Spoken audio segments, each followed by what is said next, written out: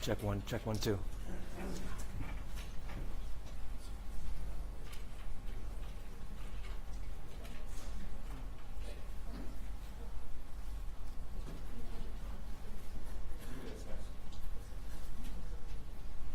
We're going to start in 2 minutes.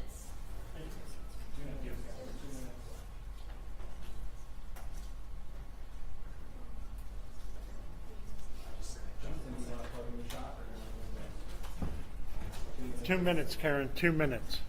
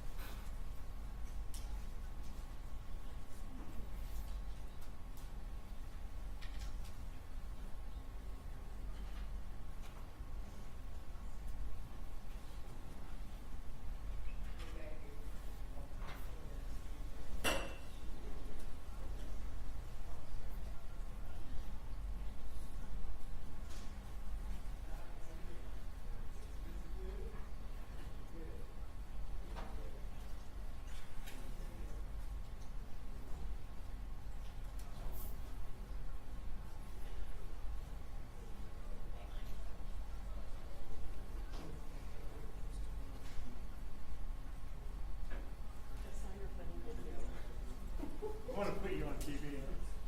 I am. You're going to be on TV. I want to put you on TV. Yeah, everybody's TV. I'm kidding you guys. It's all in here. I want to hear the story about behind my story.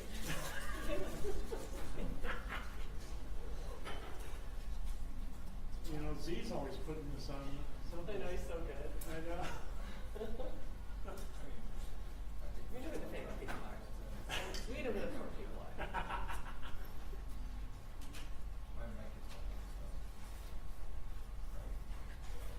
It's quiet. It's covered.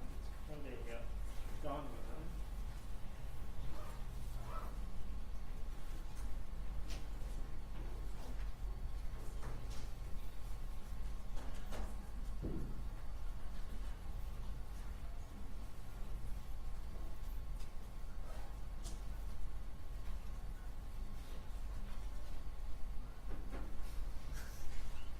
Thanks for that, Steve.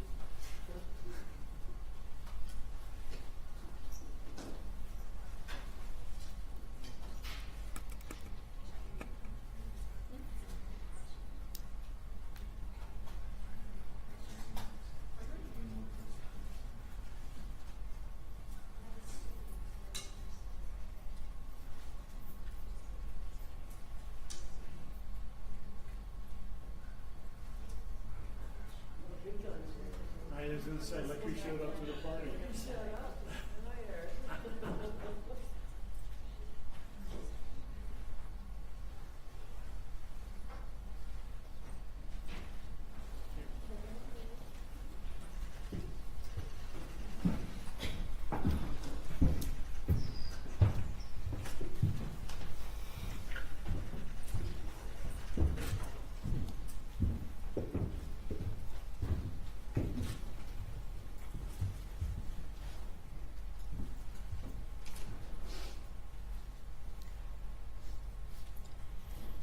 Good afternoon. I am Vicki Migoya, the Public Affairs Officer for FBI Denver. We are here today to provide another update about the ongoing investigation into the attacks Sunday on the Pearl Street Mall in Boulder. We're going to have 4 speakers today. I'm going to give you their names and I'm going to spell them. So first you will hear from Acting U.S. Attorney J. Bishop Gruel for the District of Colorado. That is the initial J period, first name Bishop, B as in boy, I-S-H-O-P, Gruel, G-R-E-W-E-L-L. Our second speaker will be 20th Judicial District Attorney Michael Dougherty.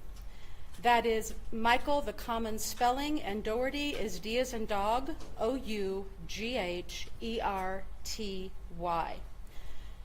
Next, you will hear from FBI Denver Special Agent in Charge Mark McCulloch. That is Mark, the common spelling with the K, and McCulloch, M as in Mary, I-C-H-A-L-E-K. The final speaker today will be Boulder Police Chief Stephen Redfern. That is S-T-E-P-H-E-N, and Redfern is R-E-D-F-E-A-R-N. We will take a few questions at the end, and now I'm going to turn the podium over to Mr. Gruel. Thank you. Thank you, Ms. McGuire. I'm Bishop Gruel, the Acting U.S. Attorney for the District of Colorado. On behalf of myself, my office, and the entire Department of Justice, I want to express my heartbreak and my support for the victims, their families, and the community of Boulder.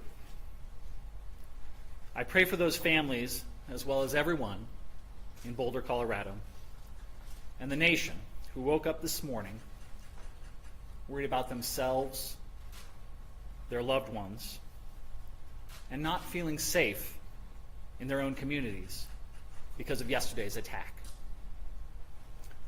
I assure you that my office and our partners are here for you, and we are taking action. I want to thank the first responders, citizens and law enforcement alike, who worked to quickly end this violent attack, save lives, and tend to those who were injured. I also want to thank our law enforcement partners at Boulder Police, including Chief Redfern, the FBI, including Special Agent in Charge Michalak, and the Boulder DA's office, including DA Michael Dougherty. They worked hand in hand with my office as the matter was thoroughly investigated and prepared for charges. And I want to thank our partners in D.C., including Attorney General Bondi, Director Kash Patel, and Assistant Attorney General in charge of Civil Rights, Harmeet Dhillon, for their support. My office and AAG Dhillon were in contact yesterday throughout the day, which helped lead to the federal charge that we're announcing today. My office has charged Mohammed Sabri Solomon, age 45, with the commission of a hate crime under 18 U.S.C. Section 249. When that offense includes attempted murder, the statutory maximum federal sentence is life in prison. No one should ever be subjected to violence of any kind. But our laws recognize that such violence is particularly pernicious when someone is targeted because of their race, their religion, or their national origin. According to our complaint and the charges brought by DA Dougherty's office, Mr. Solomon stated that he had been planning this attack for a year. And he acted because he hated what he called the Zionist group. But what the charges allege that he did was to throw Molotov cocktails at a group of men and women, some of them in their late 80s, burning them as they peacefully walked on a Sunday to draw attention to Israeli hostages held in Gaza. And when he was interviewed about the attack, he said he wanted them all to die. He had no regrets, and he would go back and do it again. He said that he had previously tried to purchase a firearm, but resorted to the Molotov cocktails when he could not purchase a gun because he was not a legal citizen. I remind you that Mr. Solomon is presumed innocent until proven guilty. My office and our partners hope justice will help heal the people in this community and in the communities throughout the country shaken by yesterday's attack. We fully intend to hold Mr. Solomon accountable for his actions, and these charges are the first step. Thank you. I'm going to turn it over to DA Michael Doherty.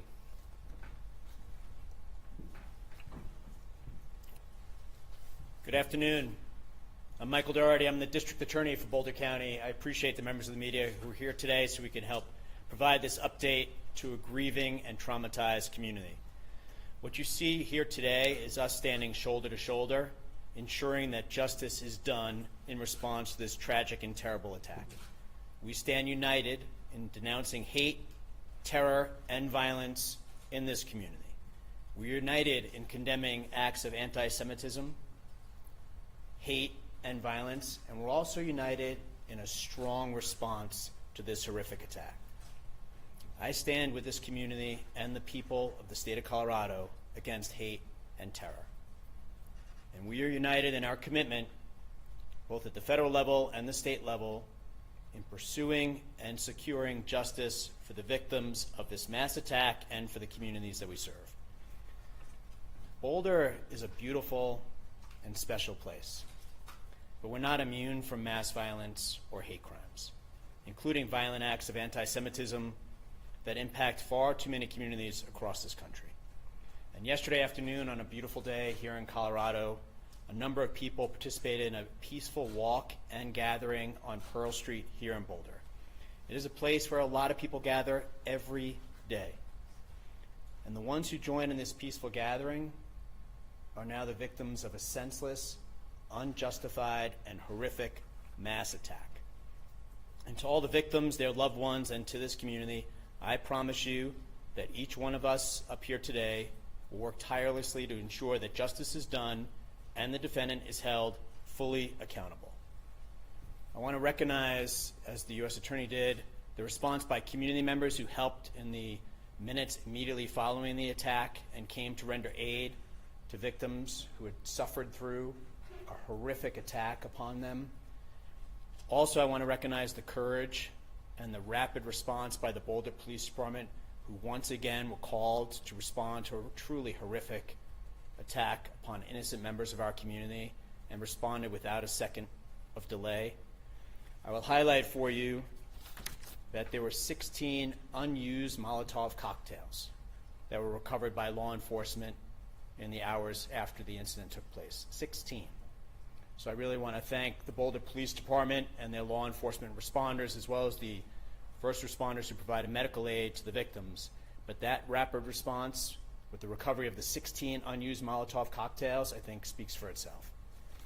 Our office and the U.S. Attorney's Office will be working closely together and in coordination with one another to ensure that the defendant is held fully accountable.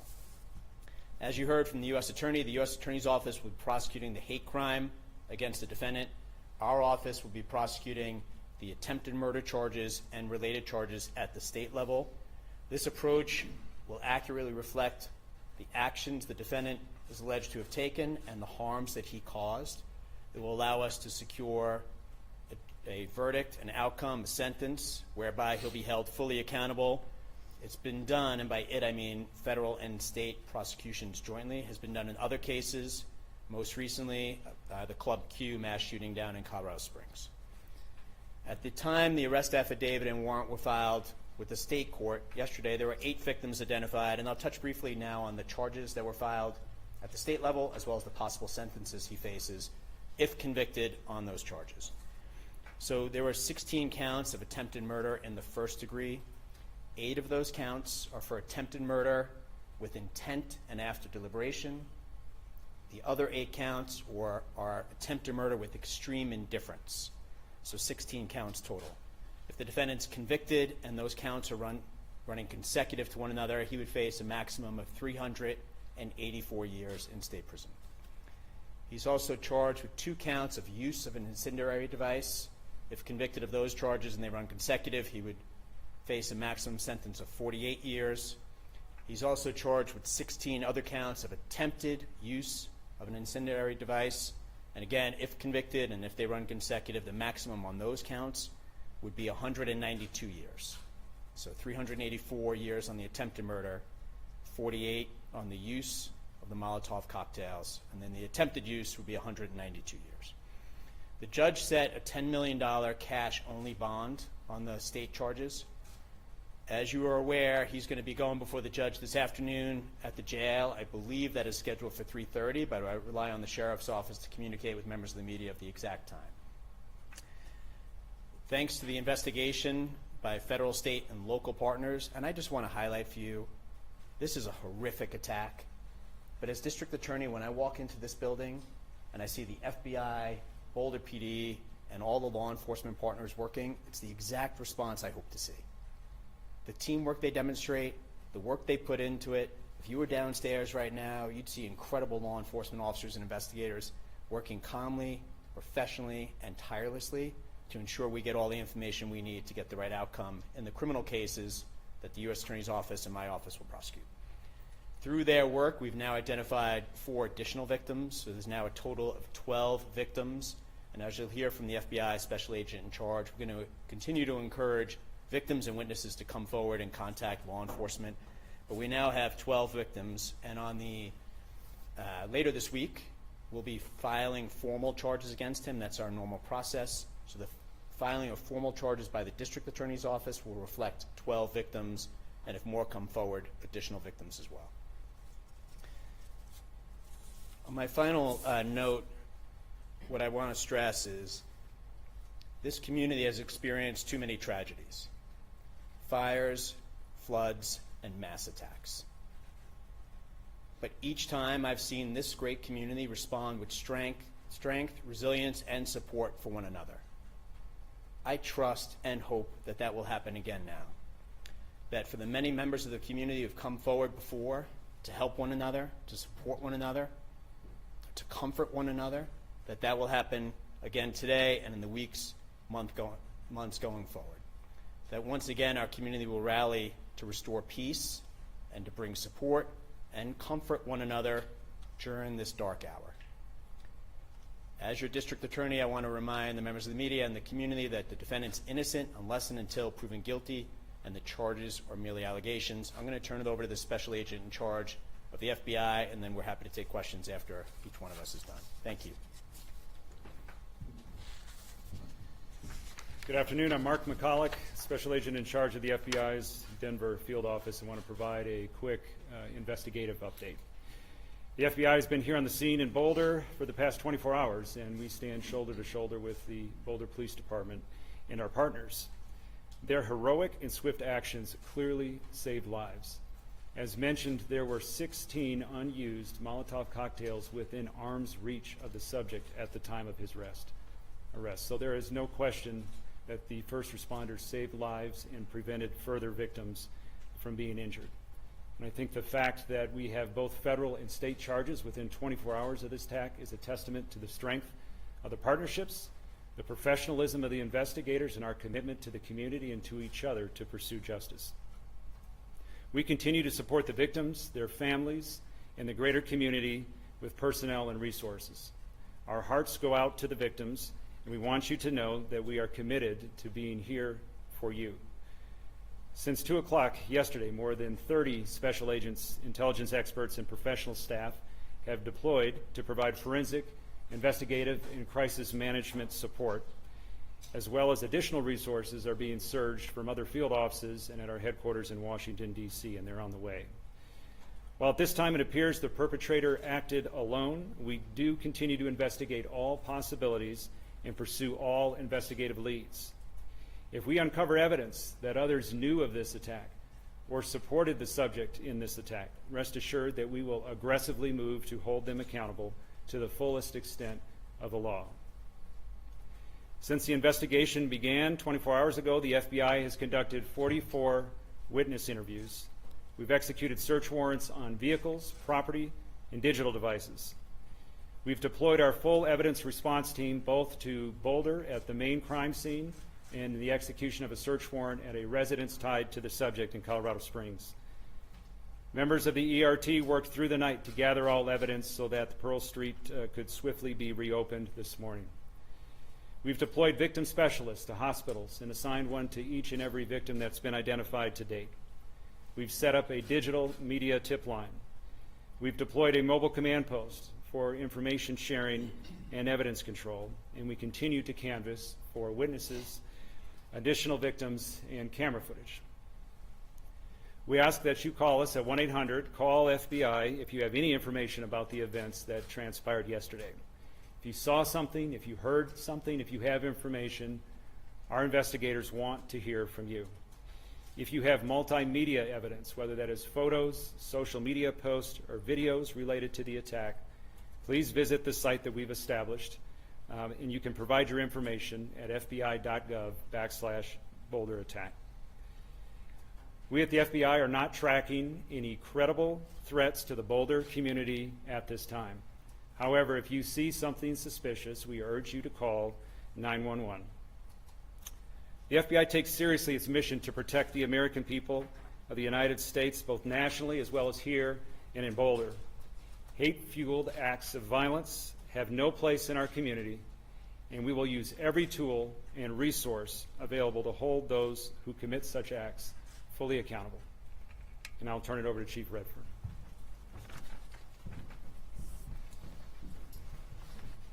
Thank you. Good afternoon. Again, my name is Stephen Redfern. I have the honor to serve as the police chief here in Boulder. I want to give a few updates from the city and the police department before we take some questions. So today, in the aftermath of this heinous terrorist attack in our city, I again want to start with thanking our partners. I think we've all alluded to the importance of partnerships. I can tell you, as I was rushing to the scene yesterday, one of the first or second calls I made was to the special agent in charge, because no matter what this ended up being, I knew we would need help. And once again, the FBI, all of our state, local, and federal partners have stepped up, and we are absolutely in a really good place for 24 hours into this investigation, in my opinion. Michael Doherty alluded to it, but the work that I've seen in this building and out on the street in the last 24 hours is remarkable. And every single person working on this investigation is doing their job above and beyond to bring justice to these victims, including the men that stand behind me here, and I'm grateful. The scene, as you may know, around 2 in the morning, we released the scene. So as of this time, we have no active closures in downtown Boulder. We have no areas closed off. We spent an extensive amount of time yesterday up until the early morning hours today with bomb dogs, our bomb squads, ensuring that there were no other threats in the area, and people were allowed after midnight to go back in, get vehicles, and businesses have been allowed to reopen if they so choose. I can tell you this morning I walked down Pearl Street with members of my team. I interacted with a lot of business owners, community out there, and the way I felt leaving there was I was heartened. I was heartened by the resilience of our community, the positive attitude that people had, the understanding of the inconvenience of yesterday with businesses having to close, and really I walked out of that thinking, we're going to be okay. Once again, as a community, we're going to recover after coming together. A little bit more on community. So we are aware of events this week. We're aware of things coming up in the next, we're looking 7 to 10 days out at other events, and we are going to ensure, along with our partners, that we have adequate coverage, law enforcement coverage, security at any event that's taking place this week. We want to ensure that people feel comfortable and safe in this community gathering and remembering what happened, as well as any other planned events that we have. We will be relying upon our partners, such as the State Patrol, to ensure that we have proper coverage where people can feel safe. Before this attack, we had the Boulder Police Department, the City of Boulder, had very strong relationships with our Jewish community. We even have an officer assigned as a Jewish community liaison with Boulder PD. Those relationships have paid off dividends during this attack, and I know going forward in the aftermath, we're going to continue to work with our community. I've been in contact via phone, email, and text throughout the day and last night with members of our Jewish community. Myself and the district attorney will be leaving shortly to have a meeting with community leaders from our Jewish community as well. The message there, the bottom line message, is we want everyone to feel safe. We will not condone these types of attacks and acts in our community. I will reiterate what was prior said. It is never an inconvenience for someone to call the police if they feel uncomfortable about a situation, if they see something odd, if they see a person acting in a suspicious manner. Let us come out and let us determine if there is some validity to people's suspicions. That's why we are here. So please call us if you see something. Literally, the old see something, say something adage applies here. Please call us if there's anything that's making you feel uncomfortable in the community. And lastly, I just want to say again, we have been contacted, the city and the police department from all over the world, with outpouring of support, messages of support, and I want to thank you. It matters. It makes a difference going forward. So I appreciate all of that. With that, I'm going to turn it back over to our public information officers for some questions. All right, I will try to call on people for questions, and I will repeat the question, hopefully, so everybody can hear it, and then turn it over to our experts for answers. Yeah, Tony. Chief, or anybody up there, do we have any new video showing how he walked in with these 16, 18, 19 Molotov cocktails? That's not a one-walk trip. Anything you've been able to discover to show how they got there? So the question is, do we have any new video evidence about how he entered the area with the Molotov cocktails he had? I'm behind you. Thank you for the question.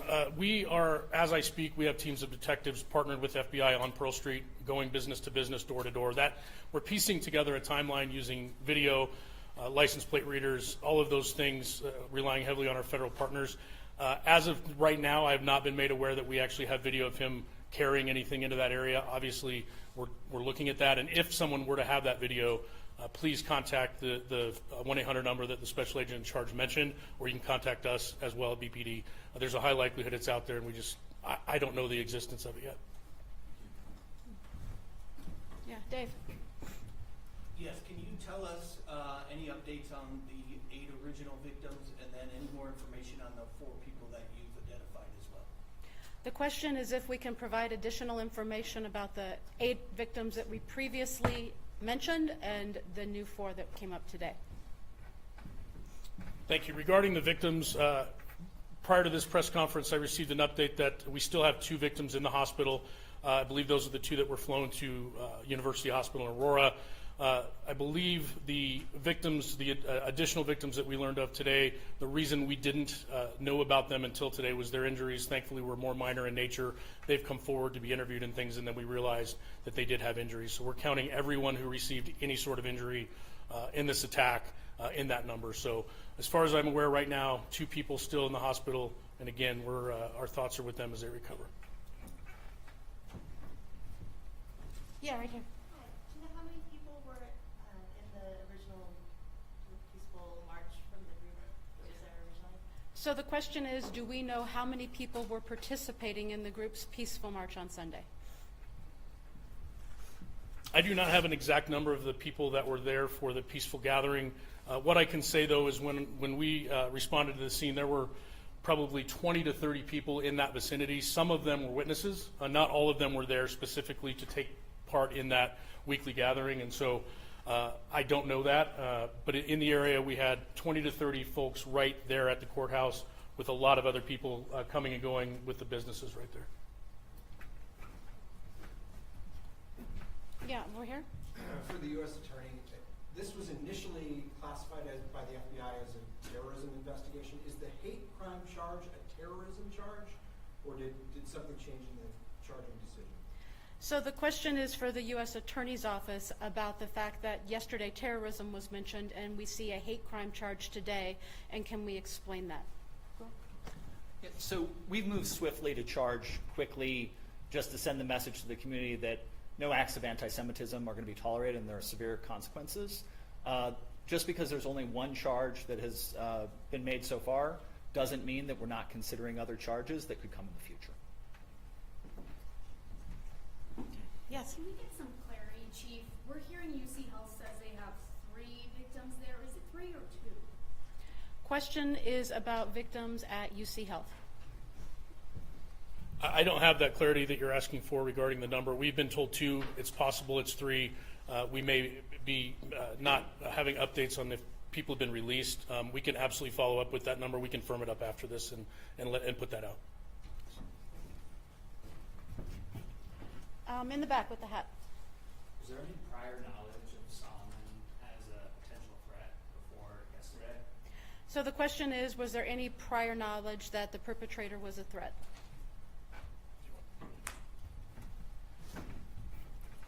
Regarding the suspect, obviously we're still looking into him, his whereabouts, all of that. He was not on our radar in Boulder. We had no prior contacts with him here. I can't speak to his criminal history. I'm not sure if the special agent in charge has anything to add, but this was not someone that we were aware of prior. Yes. Mr. Solomon has a wife, multiple children back at his home in Colorado Springs. Given his status as being here illegally for the last 2 or 3 years, is there any knowledge of how they've been cooperating and what happens to them moving forward given the situation for his citizenship? The question is about the suspect's family and their status and what might happen to them next.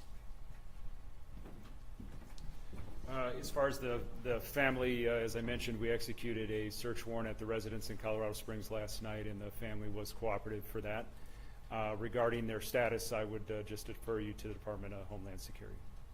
Sir, can you talk about what you were looking for and what you found in that search warrant? So it was part of this investigation. It's a logical part of our investigation to see if there's additional evidence there.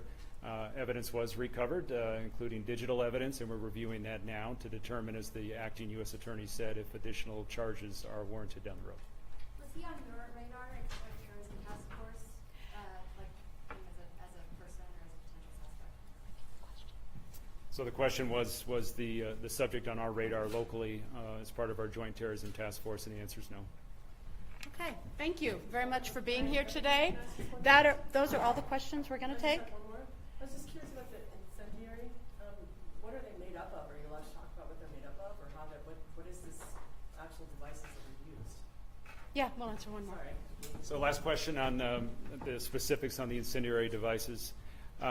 There were really 2 chunks of incendiary devices that were recovered.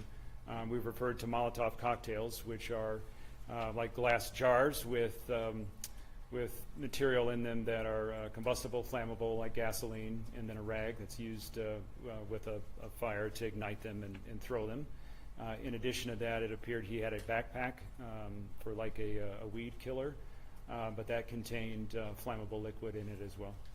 How many were used? All right, so later this afternoon, I can tell you that the U.S. Attorney's Office will have a brief news release that will be made public. We don't anticipate another large media briefing at any time in the future, but the prosecutor's offices, both the district attorney as well as the U.S. Attorney's Office, will have updates for the media as their cases proceed. And now at this time, our principals here do have another meeting to attend, as they referred to. So thank you very much for coming today.